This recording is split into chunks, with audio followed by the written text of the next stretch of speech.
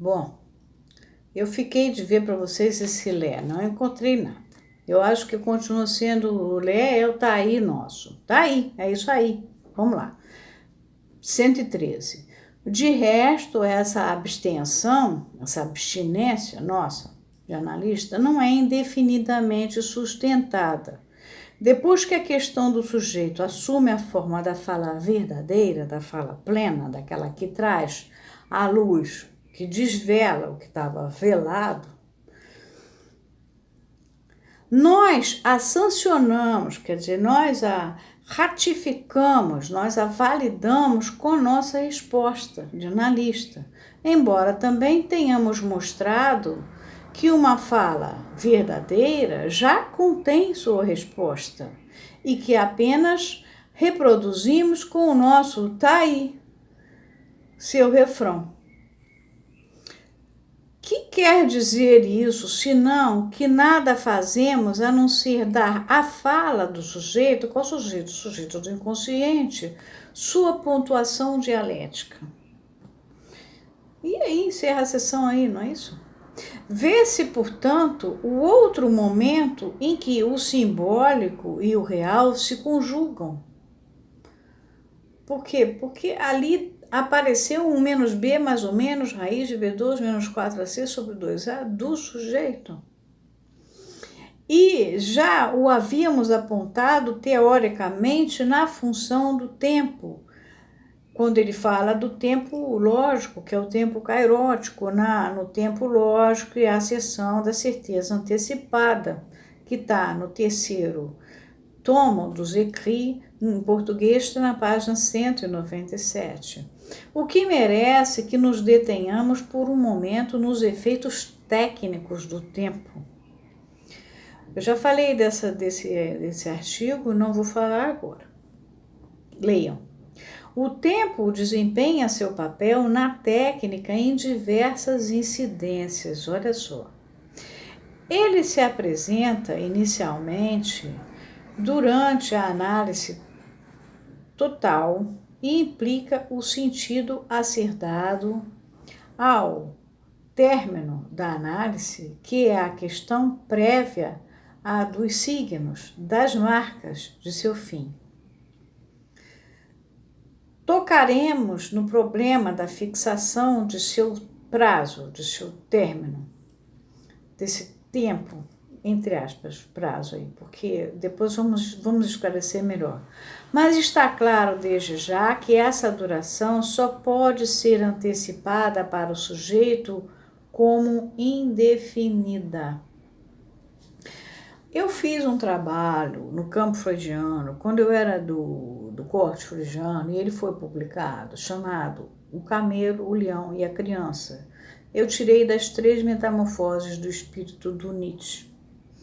E eu mostro que o sujeito, quando vem para análise, ele chega como um camelão, todo carregado, né? E a transferência nessa ocasião é de sentido. Até que ele, por um significante qualquer, ele entra em transferência analítica.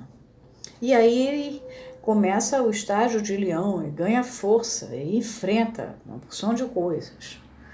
Até que ele dá uma nova virada importante, como que apanha a chave, a palavra de passe, e aí ele entra em transferência de trabalho. E aí vem a criança. E a criança é a criança nietzschiana. Está publicado. A gente tem esse tempo. O tempo da análise é esse tempo. Ao mesmo tempo, a sessão tem o tempo, que é esse tempo que o Lacan assinalou, acabou de assinalar com esse tá aí. O sujeito chegou no ponto, acabou a sessão, ele vai embora compreender em outro lugar. Então, a gente tanto tem o tempo lógico da sessão, como a gente tem o tempo da análise, do percurso de uma análise. Ele se apresenta inicialmente na duração da análise total e implica o sentido a ser dado ao término da análise, que é a questão prévia à dos signos de seu fim. Fim tanto é objetivo como é término. Tocaremos no problema da fixação de seu prazo. Mas está claro desde já essa duração só pode ser antecipada para o sujeito como indefinida. Isso por duas razões que só podemos distinguir na perspectiva dialética. Uma, que provém dos limites de nosso campo. Qual é o nosso campo? O da linguagem. E confirma nossa colocação sobre a definição de seus confins, né? Não podemos prever no sujeito qual será seu tempo para compreender, na medida em que ele inclui um fator psicológico. Psique é a alma gerada por um processo de modificação. E como é que é essa expressão dessa psique dele? Aí tem um fator matemático que nos escapa como tal.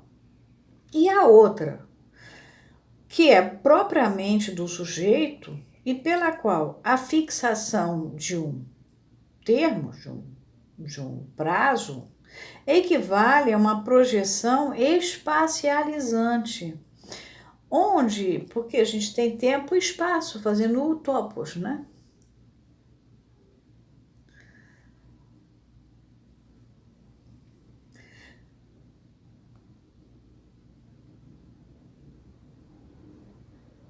Onde ele já encontra desde logo alienado para si mesmo, onde ele já está alienado por si mesmo. Por quê? Porque aconteceu lá no estádio do espelho, quando surgiu o je, não é? O eu, o sujeito do inconsciente.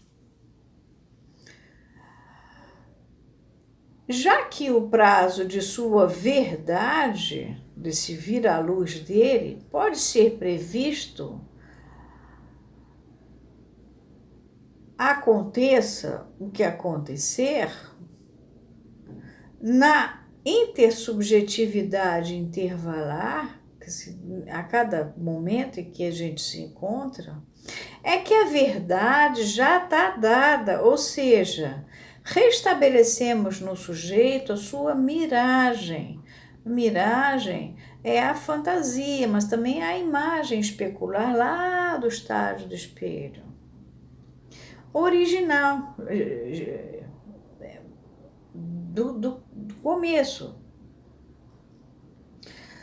Na medida em que ele deposita em nós sua verdade, pela transferência, e em que, ao sancionar, quer dizer, ao ratificar, ao valorizar, ao validar, isso com nossa autoridade de analista, instalamos sua análise numa aberração que será impossível corrigir em seus resultados.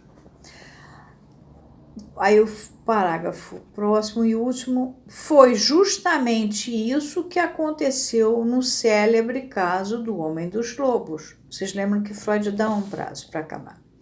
Cuja importância exemplar foi tão bem compreendida por Freud que ele tornou a se apoiar nela em seu artigo sobre a análise.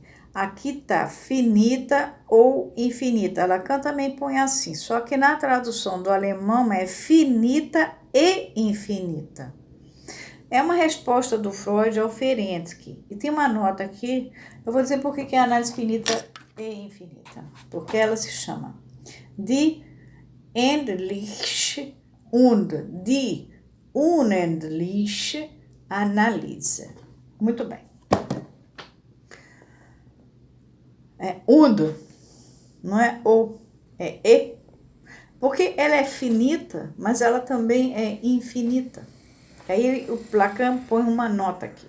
Pois é essa a tradução correta dos dois termos que foram traduzidos com a infalibilidade no contrassenso que já assinalamos por análise terminável e interminável.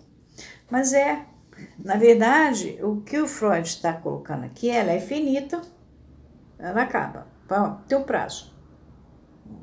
Mas ela é infinita. Tudo que foi tratado nessa análise, ela faz efeito. Você já terminou a análise, aquela criatura terminou a análise. Depois como diz Freud, como é que a gente sabe que uma análise terminou? Porque uma tique chega e aí você sabe que aquela análise terminou, porque o camarada nem volta mais a você. Por exemplo, ele tem um câncer, passa pelo câncer perfeitamente, fica feio, fica careca, ele era bonito, muito bem posicionado na vida, jogador, atleta, fica horrível, fica aleijado, passa por todas aquelas tragédias de câncer, se recupera sozinho, se levanta sozinho, porque aquela análise já tinha acabado e ele já tinha encontrado com aquele sujeito alienado dele mesmo e acabou. E ele não vai precisar da análise. Mas a análise que ele fez, ela faz efeito o tempo inteiro nele. E eu tive não só essa experiência com pessoas que se trataram comigo, como eu própria tive com a minha última análise. Depois da minha última análise, eu passei por coisas absurdas. Mas essa minha análise, ela é infinita por si própria, porque eu encontrei com o meu sujeito e ele não tem mais o que fazer. Eu vou fazer o quê? Né? O mundo cai na minha cabeça e eu já sei que é assim mesmo, né? É essa a minha inscrição no mundo, né? E é isso que eu vejo, por exemplo, numa pessoa que teve um câncer. Foi um caso que recente, que é interessantíssimo, porque por acaso eu pude saber e o médico insistia que essa criatura tinha que voltar para a análise. Não, se ele dizia, não, mas eu não sinto a menor falta, estou muito bem, obrigada. E aí o médico veio falar comigo, eu falei, mas ele não sente mesmo. Ele saiu em condições de enfrentar isso tudo e está muito bem. E não houve briga, não, ao contrário, né? O Rio é um microcosmos, a gente fica sabendo, né, como é que as pessoas... acontece a vida das pessoas. Então, existem casos que é o contrário, que, na verdade, a pessoa encerra por um tempo, porque o leão lá cresceu muito, acho que já deu tempo dela, era muito bom, daqui a pouco dá um... né? E ela, na verdade, estava fazendo um tempo de compreender, mas não tinha encerrado a análise. Volta. Eu tenho casos que fazem análise à prestação. Eu estou me sentindo ótimo e tal. Vai, daqui a pouco volta, vai passar um tempo. É um tempo de compreender, um tempo de se reorganizar, é um tempo de uma porção de coisas. Não importa. Realmente, de fato, mudou a vida. Veio uma nova tique, volta. Mas Freud vai garantir isso só quando uma nova tique vier e ele não voltar mais. Mas ela continua sendo infinita. Por quê? Porque os efeitos dela reverberam no sujeito. Tá? Bom, paramos no parágrafo 113, 114, 115, 116, 117, que tem 2 partes, 118, e agora vamos para o 119.